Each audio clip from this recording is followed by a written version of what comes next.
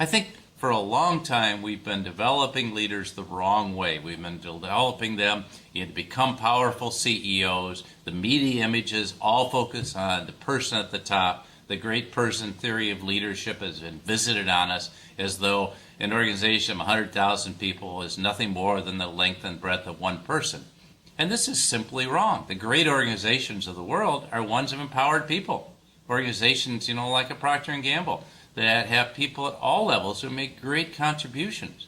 And so I think we need to rethink the whole approach to leadership. Sure, if you tell people that they're going to be all powerful and they exert power over others and they get huge perks and that the world is all about maximizing shareholder value and money, fame, power, and glory, a lot of people are going to fall into that. I think it has to start with rethinking leadership development and how we develop leaders. Corporations are spending some $20 billion a year on this, and frankly, a lot of it over the last 20, 30 years has been wrong. We've been trying to develop leaders from the outside in, looking at their style, their characteristics, looking for their traits, trying to get them to emulate leaders that we think are great leaders. This is fundamentally wrong.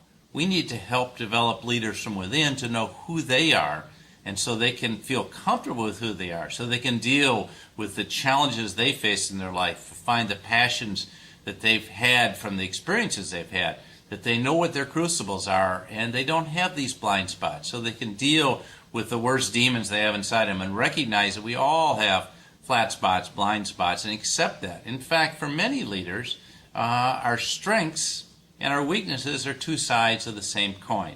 If we can help people understand that through our leadership development, that's going to be a massive revamping of the way we develop leaders. It's going to start young, and we're going to help them become leaders on the first line. I think for far too long we've trained analysts, we've trained brilliant people. We haven't given the early leadership experience. I recently wrote an article about why junior military officers often become the best business leaders. The reason is because, as one of my students recently was written up in Fortune, they've had tremendous line experience at age 22, 23, 24 of leading 150 people in combat, in Iraq, in very difficult circumstances. And we should be able to do the same thing in corporations. Put them on the firing line, give them the chance to lead.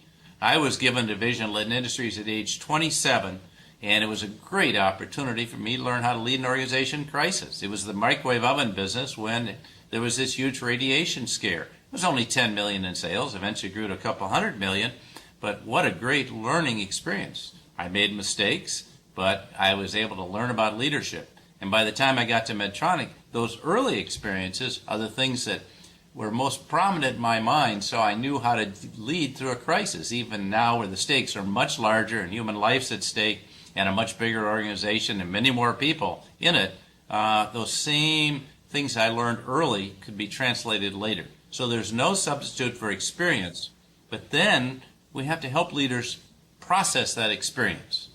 And I think that means being reflective, being introspective, not just moving experience to experience to experience, but staying there long enough to reflect on your experience and being able to learn from your own mistakes. One of the hardest things we have to do is to understand how others see us. And if we can do that, then we can become effective leaders. And then it will translate into leadership at any level, because you won't get caught up in the trappings of office. You won't get caught up in being on the top of some building or letting yourself get caught up in a lot of meaningless perks.